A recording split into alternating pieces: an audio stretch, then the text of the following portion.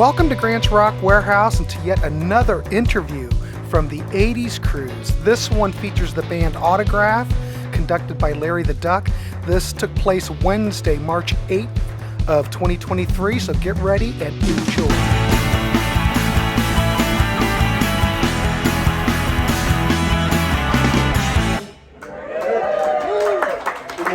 Good morning. I'm Larry the Duck from First Wave on Sirius XM Radio, and I'm proud to have here with the band from Autograph, Jimmy, Mark, Steve, Simon. Jimmy, Mark, Steve, Simon. And they've agreed to do Q&A with the audience, which is a good thing. And actually it's good for me because my throat is completely strained. That's what happens when, you know what it's like, when you're talking over loud music and you're talking to people and you say, my throat is really, and they still keep asking you a question, my throat is really. So anyway, so we were talking before about Lou Gramm, because you guys went to see Lou Gramm last night, and I introduced them and mentioned that we were doing this Q&A on the stage. He was amazing, wasn't he? I was surprised, because I thought he wouldn't hit those high notes anymore. He did great, he really did. It was so good to see him out there, considering everything he's been through. I thought he did an amazing job last night, really did. Yeah. Did you all see him last night? Yeah, really did. Very proud. At the age of 72, he still hits those notes, so that's a pretty cool thing. He did great. Yeah. So, this is your first 80s cruise, right? It is. Yeah, so here, I'll hand you the mic. Tell me the time you're having. You having a good time? How can you not have a good time on a cruise, right? Absolute boss. You're a serious asshole if you're not having a good time. Do we have any of those out there? I mean, anybody not having a good time? A little bit of everything for everybody on this cruise. So I guess we're gonna go back and forth. So I watched your set the other night. It was very cool. You broke your string. Yeah, that was great, wasn't it? Yeah, I felt bad for you when you broke the string because that sucks, you know. And then you get. Well, you know what was terrible is that if it happened in the middle of the song, Simon could have just kept playing. I could have put the guitar down and just grabbed another one. It would have been seamless. But when the spotlight is on you and you're doing your solo all by yourself and you break a string, it's kind of like, well, what are you going to do? So I had to make a joke of it. You know, Yeah. you could go two directions. You could either let it really ruin your rest of your performance and have that mentally going on, or you could just make a joke and say, oh, excuse me, I'll be right back, you know. You know where I learned to do that, actually? What happened, I saw Judas Priest one time playing, and Glenn Tipton was doing a guitar solo, and his wireless started messing up in the middle of it. So he just kind of went, I'll be right back, you know, like very cool, like no big deal. And that was it. The guy came to give his other guitar, and he was back playing, no problem. Surprised nobody did they needed to go to the bathroom or something. Yeah. Excuse me, everybody, I'll be right back. I actually interviewed Judas Priest. They're like teetotalers, the nicest guys. They don't drink. They're like very normal, down to earth. Who would have known, right? So Yeah, exactly. you assume like Ozzy or whatever. Ozzy was actually pretty cool, but So I watched your set. Actually, Vixen was in the crowd. I thought that was cool. They came to see you in the crowd. Until we pointed them out. Yeah. Well, Vixen's in the house. We do a lot of shows with Vixen over the last 10 years, really. Yeah. It's a good combination for us, and we're dear friends. And I think they're doing autographs right now downstairs with Lou Gramm, so in a different setting. So, but the thing too, in watching your set, you started the track from your third album, Loud and Clear, and then you ended it with the hit, Turn Up the Radio. But everything in the middle was just smoking. I've never seen you guys live before, so really, if you were you there at the show? Yeah. Really cool. And don't worry about the broken string. I mean, it's with me, when I do live radio, it's like I screw up, and it's like, oh, keep going. It's like live radio, keep going, right? So live show, keep going. That's right. Yeah. Also, on a sad note, you paid tribute to Randy Rand, and I know it's 1 year ago next month that we lost Randy. And I'm sorry about Randy, and I know that you actually put out one last album with Randy back on November 18th called Beyond. That's right. Actually, today, it's exactly a year since Randy recorded the last song off that album. So, and we got a record deal with Frontiers just like 3 months before. So we got the whole album written, recorded, mixed within 3 months. And I handed in the album to Frontiers, and 10 days later, Randy passed. So it's a very tragic moment. Yeah. What's interesting is that we had a deadline. You know, they always give you a deadline to say we need everything turned in by this particular time. Well, we worked so fast as a band. You know, things just really came together. Right down from all the recordings to the artwork for the jacket and everything else. We ended up completing it 2 weeks earlier than our deadline. So that was amazing because, it got handed in 2 weeks early than, 2 weeks after Randy passed away. So that was a real shocker. And it was a sudden pass away. It wasn't like, like you could see him, gradually, with a condition or something. This was like, he was there and then he wasn't. Crazy. That's sad. Well, I'm so sorry, but I know you paid tribute to him on the stage, so thank you for doing that. Yeah, we do it every time. Yeah. Because, particularly for me, he was like one of my best friends for the last 9 years. And so, you really have that void. But he was such a fun guy that I actually don't have any memories of anything other than just him making fun of me. and laughing and having a great time. And he taught me a lot of the sense of humor, that's for sure. When I got into the band in 2019, Randy and I had become very close. I was telling someone last night, you don't have to know somebody for a long time to become best of friends with them. You have an instant connection with somebody. So, like Randy and I just like hung out, and you could see it on like videos of us together. Like him and I were always interacting on stage. He'd come over to me, we're telling jokes. He'd be leaning on. I mean, it was one of those type of things. We had so much fun on there. So it was when weird. you remember somebody, you can choose to remember them that way. And in this case, it's easy because that's, he always had a smile on his face. So that's, And that's the way you have to remember someone. You want to remember the fun stuff. Nothing, bad or anything. It's like, the humor, the fun, the happiness. That's It's not like he did something like it's, out of this world. I mean, we're not getting out of here. Is anybody getting out of here? Okay, so let's celebrate. Yeah, not yet. Yeah. I should mention too, since you mentioned the joking on stage, that when I do introduce a band, I do stand on the side of the stage because I think that's the best view, because I love the interaction, amongst the band, which you don't really see as much out there as you see, but you see the camaraderie. But I could see the camaraderie with the four of you. It was really a great show. I really enjoyed it. So Thank you. Thank you. Yeah. I know you've toured with a lot of bands. You mentioned Vixen. I know you've toured with Van Halen. Are there other bands that you've toured with that you enjoyed touring with? We actually, here's what happened in this lineup.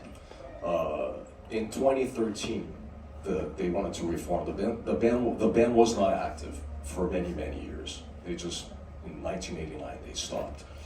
And they wanted to reform in about 2013. And but do like more of a modern version, a continuation or something.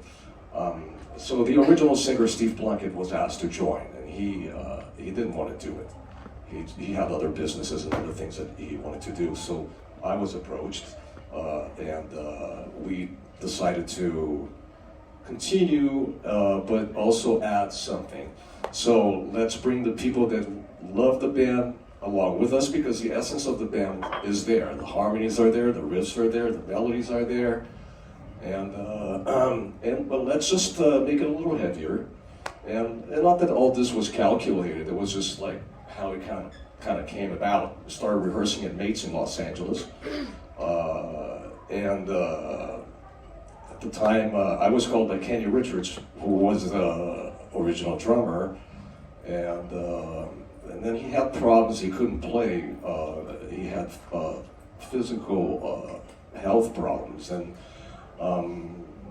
so Steve Lynch and Randy Rand, they told me, we're gonna have to move on to somebody else because physically he can't play. So it was unfortunate, and so I knew Mark from previous bands that we had before. And I suggested to them, but I said, this is something that it's up to you guys. And, he's a little bit younger, and which I think is cool, you know, it'll add something, you know. The keyboard player, Steve Isham, unfortunately has passed away too, a decade ago. And we wanted to carry on the style of music. We had a lot of support from a lot of people, and we toured and toured and toured. And then we decided to make an EP in 2015. It's called Louder. In 2017, we made a record called Get Off Your Ass. And we played that song, and I kindly ask everybody to remember the lyrics. And, you know, we got a lot of new fans. And in 2019, Steve Lynch decided to leave the band for his own reasons. And that was about a year or two before the COVID. And we all knew Jimmy, and actually he was friends with, or he is friends with Steve Lynch still. And so it was a combination of this was basically an extension of the band. And I've been in the band for about 10 years. And we were given the blessings by all the members. So we had the choice to continue or to just throw the towel. And we decided to continue because we feel like we bring a lot of light and a lot of rock and roll to everybody. And we have a great time. And we want to thank you so much for your support. One of the, I do want to mention one of the stipulations getting an autograph is that I had to have good hair. So, and that was a big deal. I mean, it wasn't about the playing as much. But you know what, I gotta tell you, You're still working on that. Yeah, I'm still, my hair is better than yours, don't even get into it. By the way, the water on this ship, I don't know what it does to my hair, but it kind of hasn't been this full in ages. So whatever you're using here for water, I'm taking it back to Connecticut. But the best thing about when I joined with Autograph, because I've been, you know, for years with House of Lords and everything, and, you know, doing tons of records on Frontiers, is that they only asked me to do one thing. They said, you could do anything in the world you want to all the songs, just play the solo or turn up the radio. And I just said, well, that's a no-brainer. You wouldn't change that solo. You know, that's something that would be Well, that is not, I mean, what he means is, it is a brainer to play that solo, but not for you. Well, no, I mean... It's a no-brainer that you should know to do that. Yeah, you didn't have to, like, that wouldn't even been a question, like, whoa, you mean I can't change that incredible solo? No. So that was, but they gave me the freedom to do whatever I want. And when I joined, I made it very clear to the guys that I wrote a lot of music. I don't write lyrics and melodies, but I write all the music parts for a lot of songs. So I said, I'd like to do new music with you guys. Is that cool? So, you know, they were all up for it. And then, you know, the more we got together, we did a bunch of shows. We had a bunch of shows under our belt. And I started saying, well, we started sending some things, you know, to each other. And then Simon started, you know, working on things. And it was great because I would always send things to Simon and Mark and Randy. And they would just love the ideas right off the bat. So I kind of knew that we were going to work our way towards putting out a new album. But the old songs, we bring them, we play them, and we play them with the energy that we have, and that we bring with interpretation that we have, and with the feelings that we have. And of course, everything is based in the original lineup, original in the 80s, and the vibe of the band. The new songs, the new material is something that we get up. You know, we just got to do it. You know. But Randy, he loved this lineup, and he felt like he was going with the times along with us. And to have the opportunity to play this kind of music and interpret it the way we do, and we appreciate the fact you guys came to the show, and that is basically what we have to offer. Because just to go and to simulate and mimic somebody, I mean, you can go to any club in the whole country, and somebody's going to be looking and sounding like them.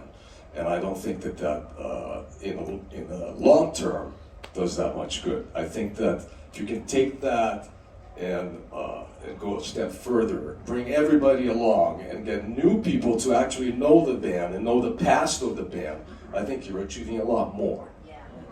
Very good. Larry, take over. Yeah, and obviously we lost the keyboards on the way, which automatically made it more modern, and tuned down the guitar to give it a little more oomph, a little more heaviness, and so it seems to work out pretty well. Cool, cool. So since before you look great with the hair, I'm looking at Rogaine, so I was just it's funny because I was watching Living Color, right, and the bunch of you was standing outside the stage, and someone said, "Is that Dave Grohl?" I said, "No, he's an autograph."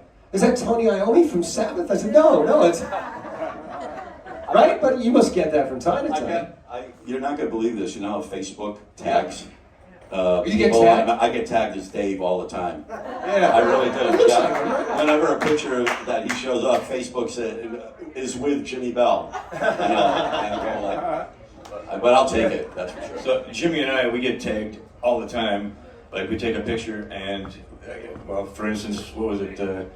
We were with Eddie Trunk, and I was doing one of these behind the, photo bombing, and the tag was "Jimmy, you're so crazy," and it was me. and vice versa. So That was not Jimmy, that was me. it was me. Ever since Steve, Don't confuse the girls here. ever since Steve got into the band, we now have this competition where, you know, Yes. he says I'm his dad, and I say no. No, Steve, you're definitely my dad. Well, that happened. Steve is Jimmy on steroids. Yeah, that happened. We walked into a gas station, convenience store or something, getting some munchies on the road, and the guy goes, "Are you guys brothers?" And I was like, "That's my dad. Are you kidding me?" Brothers? I was like, "Screw you, Steve." I am the oldest in the band, so I do have some seniority here. He had me when he was 10. Okay, we'll respect our elders at least. So before we turn it to the audience, the big question, because I guess it's been a year since you've been in the studio, going forward, so what happens after this cruise, and are you going back in the studio to produce new music for us? We just put out this album, Beyond, which Randy's playing on, and it's for now the best representation of what we're doing. It's real hard rock. You gotta check it out. I don't like to define something, but we're promoting the album, and we're promoting. We actually played 3 or 4 songs of the album, which is something you don't usually do in a band like this. You don't play a lot of new material because the attention span and the people they want to hear some certain things. But we're very confident about these songs, and we feel like we can just pull people in with the songs, and we need to make a good show, to be able to hold the people there, to get to the songs that everybody knows, because it's an hour and 15 minutes or something like this. So you can, unless you are Foreigner or the Beatles or Taylor Swift or something, everybody knows every word, but in this case, but in our case, that's why we write songs called "Get Off Your Ass." Because nobody's going to remember that. I mean, forget that. But no, I'm just kidding. So we're very happy that we have received the same reaction with the new songs and from some of the old songs. But once again, it's all the same family. It's all the same style, based on the same musical direction. With the harmonies, with the riffs, with the melodies, and that's always going to remain there because I watched Devo yesterday, and that was very different. I loved it though, but that's how you know. So. Yeah, actually, and you did prep the crowd well on "Get Off Your Ass." You did it like that. Well, you wonder why that song is right before "Turn Up the Radio." Yeah. Because you know what's gonna. Because if they don't do it, they will in the next one for sure. Right. Yeah. All right, time to take. All right. I didn't even say it's time for audience questions. And so you're number 1. Hi, how are you? Where are you from? I'm from Denver, so we're original cruisers. We've been on for 7 years. And I'm of our group. I'm like the rocker. of the group, so I was so excited last year whenever I heard that you guys were coming on. We talk a lot about when does a band become a tribute band instead of whenever you lose original members or whatever else. Every new song I heard, I loved. And I was like, oh my gosh, I'm going to buy a new album. I didn't even know I liked all this music. And it's so great to hear that you guys are creating new music. We talk a lot about how can the music live on, right? The music can live on. Absolutely. I don't even know if I have a question. I just want to say you guys are awesome. It's a statement. Sticking with the style. But it's so nice to hear that because I knew that people get it. I mean, it's not so easy sometimes to explain to somebody that what's happening in words. But if they go to so we play a lot of shows. And after the shows, we usually we're happy with we're, like I said, we're an extension. All the members, the original members, are not in it and not here because they either died or left. 3 of them passed away. So you can just bury it, and then it's gone. In a year, everybody forgot about it. But I have strong friendship with them, especially with Randy.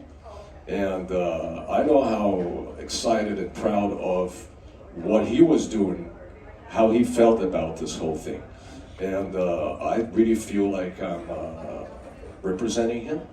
I talk to his sister all the time, and I talk to a lot of fans. And the mindset was right there with us, where it was to, play the songs, bring the people along, but also give something new, and create that energy. And then once again, it's the same analogy of, when something ends or somebody passes away, you can ultimately choose what you want to remember them from. You can remember as a sad thing, or you can choose to remember as the good things that they created in life. Like I said, nobody's getting out of here alive, so we're like, oh wow, that happened. We better get used to this, So we just gotta, have a good time, celebrate the good, because it's a choice. Everything else is weak, in my opinion. Thank you. And congratulations on Cruise 7. I guess you got your master's now, right? Yeah. Going for your doctorate. 8 and 9 and 10, Yeah. and you just sign us up, man. Okay, thank you for being here for 7 cruises. God, yeah. Next question. Yes, sir. So, and again, with the one hit, I remember OMD on the cruise, and he got through the list. It's like, oh, it's that song. And even Flock of Seagulls, they have their song. You have the song, everybody knows. But a 2-part question: how does that song come out? And my other question is, when you see the set list, what's your favorite song? Like, what gets you excited? Well, that song, when it came out, I wasn't there. Right. But I know everything about the stories because I sat my ass on a plane and in the cars enough hours of my life with them to hear more than I needed to. So, with all due respect, which I love them, no, it's, they were, apparently it was a jam. And they were just throwing things around, and it was a group effort. Most of the songwriting was done at that time by Steve Plunkett. They participated. There was they had all their names in all the songs. RCA Records didn't want to put that song in the album. That's typical of record. Isn't that strange? That shows you A&R people that they say, wow, that's this song's not going to go on the record. It's not strong enough. And it wasn't. Didn't you say it was a DJ somewhere? No. So, I had a conversation. I had a conversation with Janie Lane a decade ago. And he told me that they didn't want to put Heaven in the album. The A&R people, they said, you can't predict that kind of stuff. They're talking about the people's emotions and feelings and memories and whatever. This is not math. It's black and white, whatever. You just, there are so many songs I know that I thought it would be hits and others that But in this case, they had to convince them to put it, and then they just throw it in there. And they didn't want to release it as a first single either. They wanted to release Send Her to Me as a first single. And then Blondes in Black Cars, and then those are the stories that I'm aware of. And for 6 months, nothing happened. Nobody played anything, nobody heard about anything. And who saw the Queen movie? Yeah. It was the same thing. They took, or actually it was either that a DJ somewhere in the Midwest got a hold of the song and said, I love this, and I'm gonna have the courage to play this for maybe a week, like 10 times a day, because that's what it takes. You know, you can play the biggest hit in the world one time, one day, and that's not gonna do nothing. You know, so you gotta give it a chance to grow. You know, and for people to listen to it. So once that happened, and people responded and started calling, it has its own life. You can't, by the way, you cannot go say, no, I don't want it anymore. Take it out, you can't, it's out of your hands, you know. So that is how it came about. So people, they knew, they had the feeling, because a band usually knows. You know, you have that feeling, because you go on stage and you feel the anthem, you feel the whole thing. But the people don't, you know, you make a record with 12 songs, and it's like, well, let's go pick this, you know. Oh, it's obvious. No, it's not obvious. All the A&R people of RCA Records didn't want to even put it on the record, you know. So the proof is in the pudding, and it had to create itself, and thanks to a DJ, just like in the Queen movie, if Freddie wouldn't have taken it to that guy, no Bohemian Rhapsody. It's too long, it's too this, it's too operatic, this is music and this is art. This is not math. Go back to school. That's why I play guitar and sing, and I mean, so, that is the story of that song. Of course, after that, MTV was quite new still. Anything that would go on MTV just take off. And they played that so many times. And it's such a fun, rocking song. I mean, how can you even like rock and roll and not like that song? I mean, it says it all. Yeah. You know, good thing that we still listen to radio. What's the second part? What's the second part? Set list, great set list, by the way. But what's your favorite song? What when you see it on you're like, I'm ready for that. Honestly, I personally, I don't know these guys that can answer, but I like all of them. There is the reality that when you turn up the radio, I mean, the place goes wild, and you know, now that I'm saying that, even taking that apart, I would say that's like probably, the most fun because of the groove, because of the anthem and everything, but every song is like, a different taste, you know, so there are different animals, you know, so you can take it for what it is, but in my case, I would say that one, predictably. So since you mentioned RCA, first of all, it's a mind bender that RCA didn't want to release the song. I worked at RCA, I was the A&R guy who didn't want to. Well, alright, so from the radio perspective, which I've been doing for 43 years now, I was the music director for a New York radio station. I had to deal with all these friggin' labels. And RCA stood for really crazy assholes. They really did. Really. Oh, Epic stood for European product ignored completely. Oh, we had acronym. Oh, yeah. I mean, but we had to deal with them, right? You have to deal with them. So that's the radio perspective. Sorry. Being brutally honest. Well, you know, the record labels, the staffs, they change all the time. Yeah. You know, so sometimes you have a record label that for a decade or for a period of time was acting like crazy, not making any sense, and sometimes they get a new staff and they do wonders, and then something happens, and then you know how it is, that when the director is fired or he quit, they clean the house. And they clean out the house and the artists and everything, because everybody that comes in, corporately speaking, they want to have their own people. It's just the priorities are bizarre. It's, you know, of course we're human beings, okay? Everybody, it's normal to see everything from your own lenses and see what's going to bring you any benefit if you're working in a record company or if you're choosing something. That's the first thing that everybody's do with self-thinking, you know, but nothing abnormal. But if you want to achieve something, I mean, I know of bands that have sold 2-3 million albums that have been dropped from their label because the first album sold 3.5 million, And they're like, well, you guys sold like 500,000 more last album. That's sorry. What do you expect? You know? If they put more marketing muscle behind it, they probably would, right? Right. It all comes down to dollars, yeah. That doesn't even exist anymore anyway. Yeah, I know. They used to have tour support, and the tour support turned into the video production support, right? And then everything just went away. Yeah. There's really not a lot of marketing that you see. You know, like if you put out, I mean, where's the marketing for Autograph? None. Yeah, that's the point. Come from us. I'm just so happy I don't have to deal with the labels anymore. I'm just like just doing radio and that's it. It was a strange time. All right, next question. And when you raise your hand, I want to hear where you're from. Question. Arkansas. Deep South. There you go.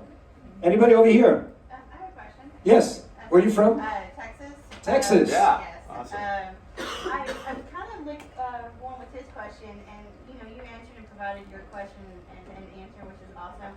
But I'm just nosy, and I would really like to know what are the other band members' favorite set song, or if you have one, and to go along, or if there's an interesting story behind one of them that you'd like to share. I like playing them all. I mean, I've been an Autograph fan since I was like 15. This was actually the second band I saw when I was a kid. My first concert was Elvis Presley. That's a tough one. That's a tough one to beat. But my second concert was Autograph and Motley Crue on the Theater of Pain tour. So, you know, obviously Autograph opened up, so they were the second band that I saw in my life when I was a kid. And, you know, they came out on fire, and of course, you know, turn up the radio.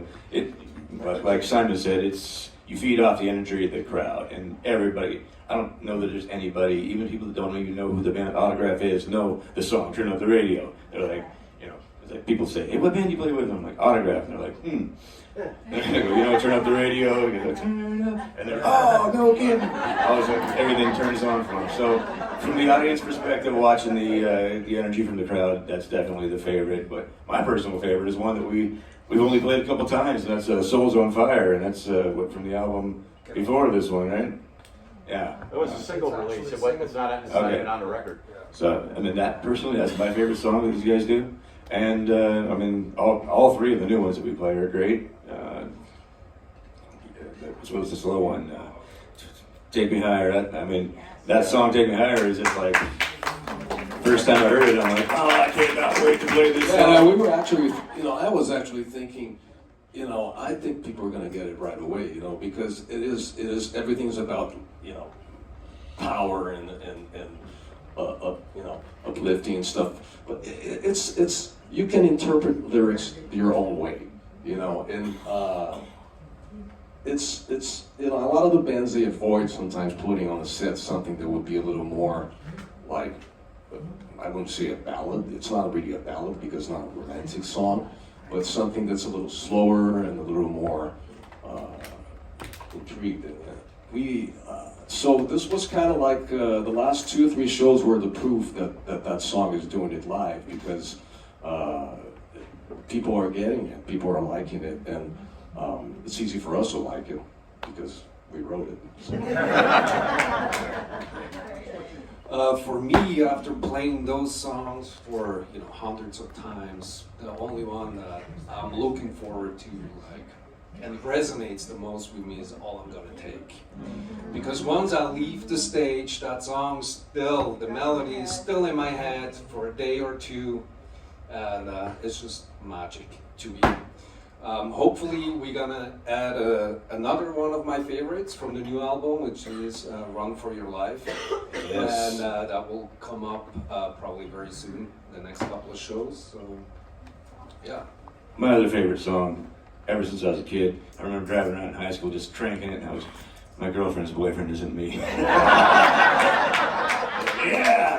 It rocks. That's because you related a lot to it. Me personally, I like all the songs. I have, when I play some of the old classic ones, like I always tell these guys, man, I know Blondes and Black Cars is a pretty cool song, I dig, and it's one of those that, is, sometimes people might say, oh, that's a cool song, or it's a little poppy or something like that, but I dig playing that one, it gets a good reaction. But, what Simon and Steve had mentioned, I call it a ballad. Simon hates when I call it a ballad. It's a mid-tempo ballad, Take Me Higher. That's how I, when I did the music for it, I said, and I wrote it, here's a mid-tempo ballad for you, see what you could, write with it. And I like the way that came out. So that's why I wrote lyrics that didn't make it a ballad.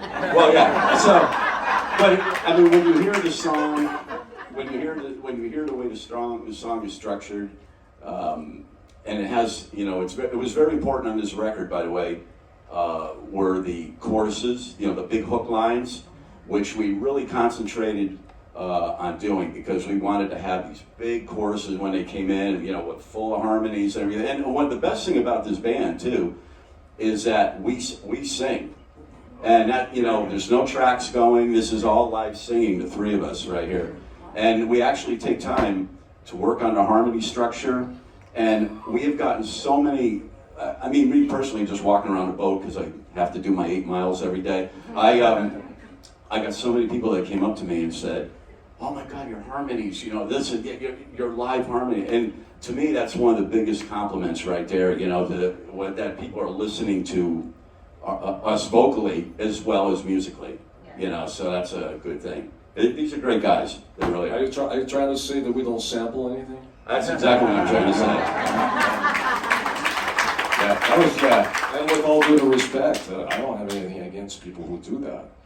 But you don't have to, if you don't have to do it, you play it live. It's better to play live, I respect technology. I don't understand this whole competition thing between music anyway. This person does this other one. It's, if you like it, if it kicks your ass, if it makes you feel something, shut the fuck up. Everything else is BS. The vocal thing, I was like, Jimmy is the one that actually reached out to me, when they were trying to fill the shoes of the bass, and it was his first question. Can you sing? Yeah, I can sing. It's very important. We have a structure. But every musician says they sing, and it's not true. Yeah, of course I sing. I'll sing the I sing, but they don't give me the mic. We're talking about singing like you can sing a whole song yourself, and that's what you need to be able to do this, So yeah, when Randy passed, we didn't look for anybody. We're not going to be, everything. By the way, the whole history of this band was never anything calculated. The way they talked to me, there were no auditions. I was in the band already for 2 months before I even met them, because we talked on the phone and Skype, and they flew to LA, and we had our first show. It just went on. Same thing happened with when Steve decided to leave the band, which we didn't want him to, by the way, but he had, everybody, they're living their own lives, they do what they want to do. So we didn't go auditioning anybody. It's just basically Jimmy Bell heard of it and called us and said, I already know half the set.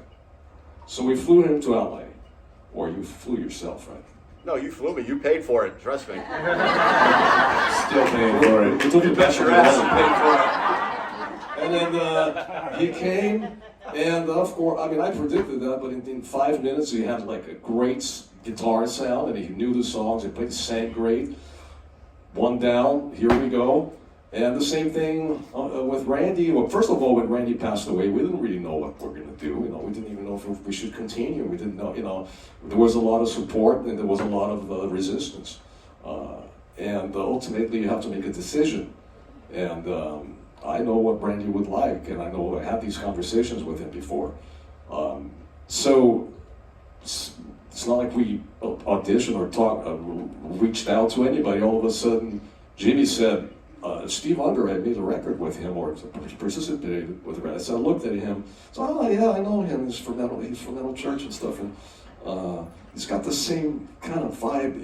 He's a fun guy. He's going to make fun of me like Randy, which he does, and I do. He's got that kind of happy going thing. Everything's light, and so, but then then he sings great too, and he has a very thin, delicate voice. When he sings the high part, actually, wait, you don't have to prove yourself yet. We're getting there. So, guess what parts of the harmonies he sings? The high ones. Yeah. All the high ones. My girlfriend's boyfriend. That's what he sings. Okay. Yes. But he's got, show them a little bit of your tone. Oh, come on, baby. You can do everything. I don't know if you guys noticed, but Steve actually does a Elvis tribute, a modern Elvis tribute. Sort of what Elvis would be like in the 80s and stuff. It's pretty insane. He's got the outfits, the glasses, everything, but he doesn't shave his goatee, but they do all these Elvis songs, and that alone made me want to have him in the band. And then he goes and plays with us and sings, My Girlfriend. See, Steve and I have a sideburn competition. Imagine that. We'll be on, We keep our Elvis going no matter what. We'll be on separate sides of the stages in the middle of the song, we're like, That's right, baby.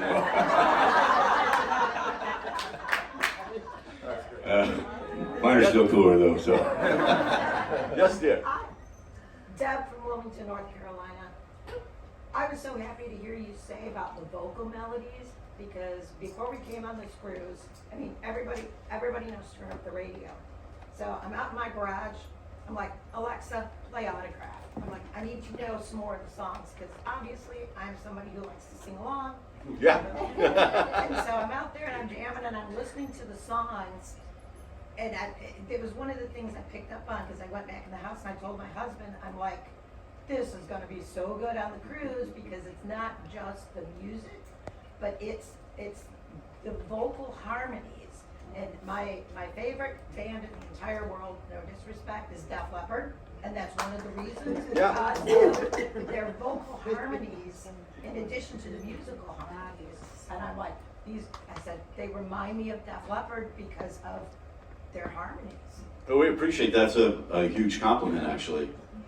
Well, we go for the vocal harmony thing. That's Yes, you know, that's when I Simon didn't finish explaining, when I actually joined when they asked me to come into the band and we started working, I wanted to make sure the vocals were as prominent as what I was going to play on guitar. So I would FaceTime him and I'd say, Simon, is this my part? And I'd sing something, and of course there's always that delay between FaceTime and everything. So but we figured out. So I pretty much had structured out what my notes were going to be prior to even going to rehearse, and then it was just amazing. I just want to say, I walked into the rehearsal room, you know, and we played one song together. I mean, and that one tune, right after we got done, these guys said they knew that I was their guitar player right from that point, because that's all it took was one song. They saw my dedication of how much I worked on the material and how much I, really wanted to do it. This was something that I was very passionate about. So it ended up, we had all the harmonies. The first day was just an amazing rehearsal. It sounded like I had been with the guys for years. That's the type of vibe that it had. The thing about the harmonies, I'm sorry, is also, in order for them to stand out, you have to have the other spectrum too. You have to have parts where you don't have the harmonies, where you have sometimes octaves and other things so when the harmonies come, they really, really stand out. You don't want to have the whole thing be just the whole choir, the whole thing, So when you're in the recording process, it's very interesting what you do with the verses and the pre-choruses. Because there's always this notion you're going to save all the big harmonies for the choruses, and there's really no rules, You can actually sing a whole verse with harmonies, or you can sing a whole chorus. I mean, quite honestly, the chorus of Turn Up the Radio, it's only one part harmony, 2-part harmonies actually. It's one part harmony. It's the lead vocal, and it's one, and it sounds like that there's like so many harmonies. It's because it's doubled and tripled and quadrupled or whatever it is. That's stuff from the studio. Which, by the way, took a lot of work to do in the 80s. It's not like right now. These kids have it so spoiled with the Pro Tools.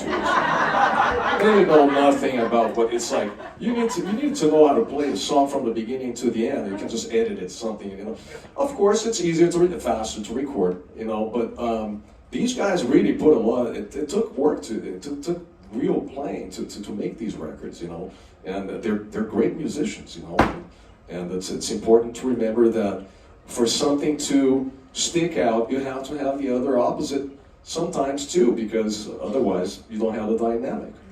And there's no right or wrong where you put it. You're just going to have people, I mean, saying, I think you should do this. The cool thing is that you can try everything.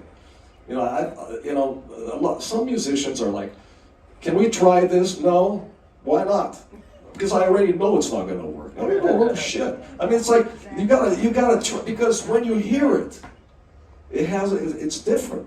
You know, so you should try stuff as idiotic as it sounds sometimes, and go there, go to that territory, cover it, and know that you went there and tried. You know, and then you can sleep at night. You know, a lot of people ask me in questions and interviews and stuff, they say, what's the recording process like? You know, and a lot of people don't even realize that a lot of bands, and I would almost say the majority of bands, don't ever go into a recording studio and record together anymore like the old days. I mean, me personally, I haven't been in a recording studio since like 1999 with a full band where you're all doing everything. Everything since, you know, the internet took over with all the recording software that you can do. Everything is done. A lot of it's done in your personal homes. You do your tracks, you send them through you send them all over the world, so it's not like it's anything crazy. You know, you can send them to Japan, anywhere you want, and that's how records are done a lot. And I don't think a lot of people realize that. Bands very rarely all get together in one room to record a record. So it's the process is great because everybody receives it, and you're not on time on a schedule. Recording studios had a time. You know, you had to do it like you had to be in and out by a certain time frame, and that's the way it goes. Yeah. So when you listen to a lot of records, just know that these guys aren't in the same studio with each other. and red light fever was a thing too. I mean, when you are in the studio and everybody's like looking at you and you're doing your part, you're like, the pressure's on and you got to do it right. So, but when you're at home or where you're whatever studio you're doing that by yourself, you're sitting there all by yourself, record. Yeah, if you fuck up, you just go, nobody heard that. I want to fix this. I'll play until I get it right and then send it off. The way the new album came about is, like Simon said, we get all the ideas, like Jimmy writes a riff and we have some lyrics and some ideas, and then me and Simon get together and we just feed off all the ideas and really get open-minded, and we will try anything and try to come up with like a demo, 1, 2, or 3 different versions, and then we pitch it back to the guys.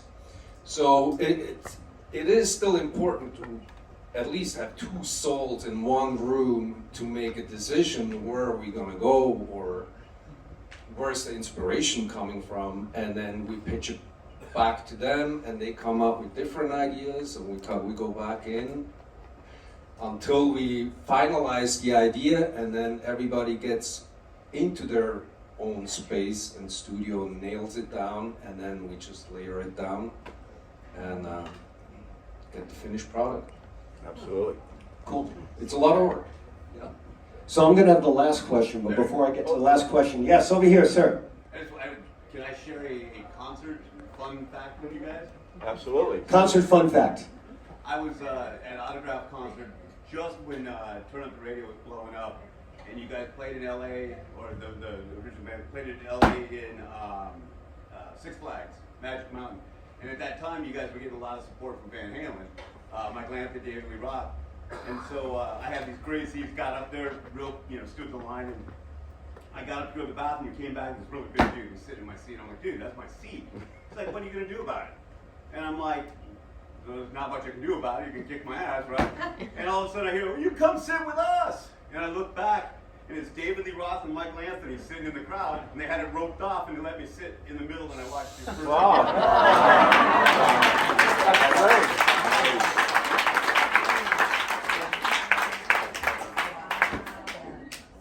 Were you wearing spandex at the time?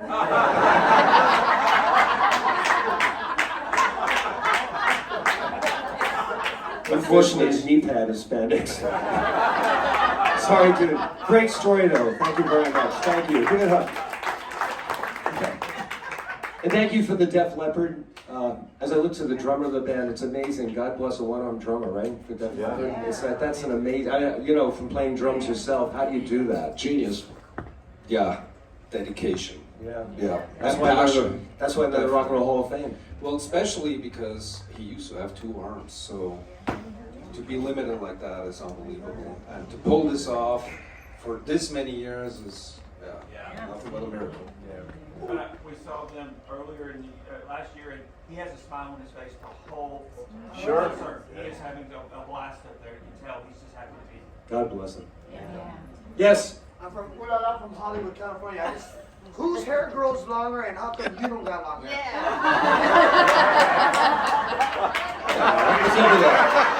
What is up with that? We were turned down by for an endorsement for Pantene. Yeah, thanks, Mark. Well, I used to have long hair. I used to have long dreadlocks for a long time, and I'm so happy with short hair. I get up in the morning, it doesn't take me 30 seconds, I'm out the door, so. You still rock. Thank you, brother. So, okay. One more question. Go. Well, I agree on the harmonies. I agree with her. The Def Leppard, they're my favorite too. And you guys, the lineup that you have right now, I hope to see you for many, many years. And I love thank all you. We are so appreciative of this. We understand everything that's going on.